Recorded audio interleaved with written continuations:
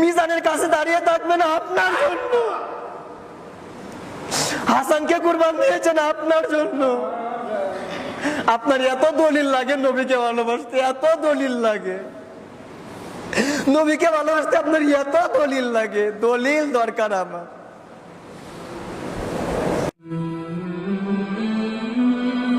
মা ফাতেমা হাসানকে কুরবান দিয়েছেন, মা ফাতেমা হুসাইনকে কুরবান দিয়েছেন। আপনারা শুনেছেন ওই যে ইসমাইল আলাইহিস সালাতু ওয়াস সালামের কুরবান শুনেছেন, মা ফাতেমার কুরবান শুনেন নাই। কানজুল উম্মালের ভিতরে বর্ণনা করা হচ্ছে, মদিনা শরীফ থেকে সামান্য দূরে একটা পাহাড়ের নাম গারে সিজদা, সেজদার পাহাড়। রাসূলুল্লাহ ওই পাহাড়ে একটানা 3টা দিন উম্মতের ব্যথায়, উম্মতের বেদনায়, উম্মতের চিন্তায়, নাজাতের চিন্তায় একটানা 3 দিন সেজদায় পড়েছিলেন। কার জন্য? আপনার জন্য, আমার জন্য। সেই রসুলকে ভালোবাসতে গিয়ে আজকে আপনার এত দলিল লাগে, এত দলিল লাগে আপনার। অথচ ওই রাসূলুল্লাহ 3টা দিন সেজদায় পড়ে আছেন শুধু আপনার জন্য।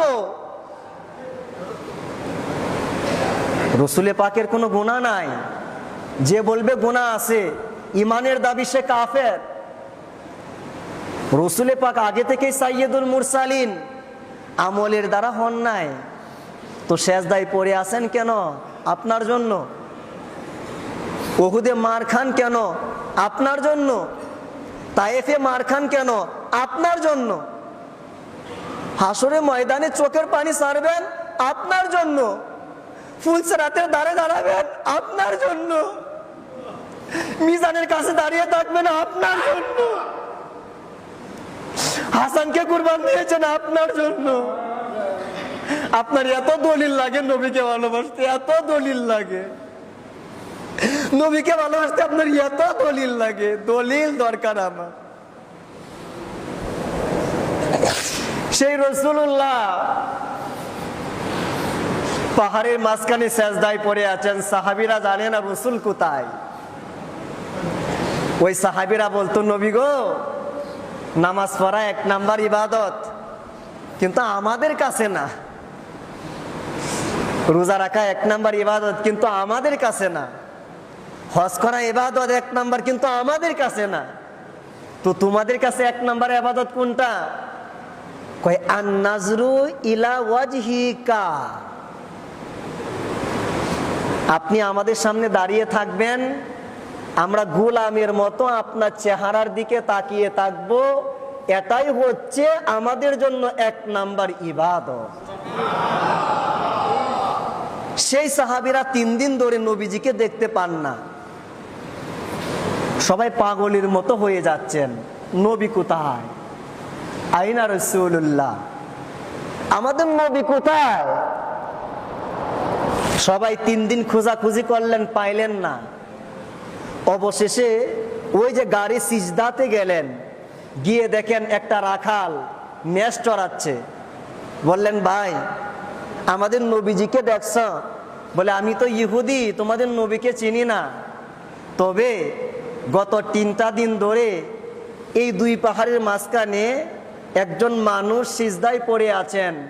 ওনার কান্নাকাটির কারণে আমার মেষগুলা ঘাস খাইতেছে না, এত পরিমাণ কান্না। যাও গিয়ে দেখো উনি কে। সাহাবীরা গিয়ে দেখলেন যে উনি আর কেউ নয়, উনি হচ্ছেন মুহাম্মাদুর, বলেন না মুহাম্মাদুর রাসূলুল্লাহ সাল্লাল্লাহু আলাইহি ওয়া আলিহি ওয়াসাল্লাম। গিয়ে দেখলেন রাসূলুল্লাহ। সবাই কাকুতি মিনতি, নবী গো সেজদা থেকে মাথা তুলেন, তুলেন, আমরা আর পারতেছি না, বাড়িতে চলেন, একটু আমাদের দিদার দেন। কিন্তু নবীজি সেজদা থেকে মাথা তুলতেছেন না, কারণ সেজদায় পড়ে আছেন উম্মতের জন্য। যতক্ষণ না পর্যন্ত উম্মতের ডিক্লারেশন না আসবে, ফয়সালা না হবে, ততক্ষণ পর্যন্ত নবী আমার সেজদা থেকে মাথা তুলবেন না। সাহাবীরা বললেন, ইয়া রাসূলুল্লাহ, আমরা আপনার উম্মতের জন্য কুরবান হয়ে গেলাম, মাথা তোলেন। নবী আমার সেজদা থেকে মাথা তুললেন না। 250 বছরের সাহাবী সালমান ফার্সি হুজুর পাক, উনি বললেন তোমরা চেষ্টা করলে সম্ভব নয়, কিন্তু মা ফাতেমা ডাক দিলে নবী আমার সেজদা থেকে মাথা তুলবে। সুবহানাল্লাহ বলে। সালমান ফার্সি হুজুর পাক গেলেন আম্মা জানকে ডাকার জন্য, মা নবীজিকে পাইলাম, আপনি একটু আসেন, একটু ডাক দেন, আমাদের ধৈর্য আর কোলাচ্ছে না, একটু ডাক দেন, রসুলকে নিয়ে আসেন। মা ফাতিমা যেই মাত্র ঘর থেকে বের হবেন, উনি একটা চাদর মোবারক নিলেন। এই চাদর দেখে সালমান ফার্সি হুজুর পাক চোখের পানি ছেড়ে দিলেন, কারণ মা ফাতিমা 8টা জান্নাতের সর্দারিনী, 8টা জান্নাতের লিডার, সমস্ত মহিলাদের সর্দারিনী, কিন্তু সেই মা ফাতেমার একটা চাদর মোবারকের মধ্যে 12টা তালি দেওয়া। কয়টা তালি দেওয়া? 12টা তালি দেওয়া। চোখের পানি ছেড়ে দিলেন। মা ফাতেমা গেলেন, আব্বাজান উঠবেন না? আপনার সাহাবীরা তো আর পারতেছে না, উঠেন। কিন্তু নবী আমার সেজদা থেকে মাথা তুলেন না, মাথা তুলেন না। বলেন উম্মতের চিন্তা আজকে সিজদায় মাথা তোলা যাবে না, ডিক্লারেশন না আসলে, ফয়সালা না হলে মাথা তোলা যাবে না। বলেন আব্বাজান, আপনি যেই হুসাইনকে বুকে নিতেন, যেই হাসানকে বুকে নিতেন, আপনি নামাজ পড়তেন, যেই হাসান আপনার কাঁধে উঠতো, যেই হুসাইন আপনার কাঁধে উঠতো, আপনি জামা মুবারক পড়তেন, জামার ভিতরে এক সাইডে হাসান থাকতো আর এক সাইডে হুসাইন থাকতো। আপনি বক্তব্য দিতেন, কিন্তু হাসান আসলে আপনি বক্তব্য বন্ধ করে দৌড় মারতেন হাসানকে রিসিভ করার জন্য। যান, আপনার উম্মতের মুক্তির জন্য হাসানকে কুরবান দিলাম, হুসাইনকে কুরবান দিলাম, আপনি উঠেন, আপনি উঠেন। কানজুল উম্মালে লেখা হচ্ছে,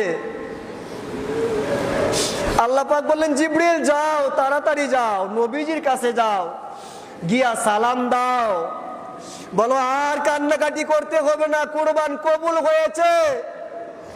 আপনি সিজদা থেকে মাথা তুলেন। ইয়া রাসূলুল্লাহ, কাল কিয়ামতের ময়দানে আপনার উম্মতের সাথে আমি তেমন ব্যবহার করব, ফাতেমা যেমন চাই। জবান খুলে বলেন না সুবহানাল্লাহ। সেই কুরবান কবুল হয়েছে, 10 মুহররমে কমপ্লিট হয়েছে।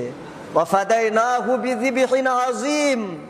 আল্লাহ বলে আমি ইসমাইলকে বাঁচায়া দিলাম, জিবহে আজিম কবুল করে নিলাম, মহান কুরবানি 10 মুহররম।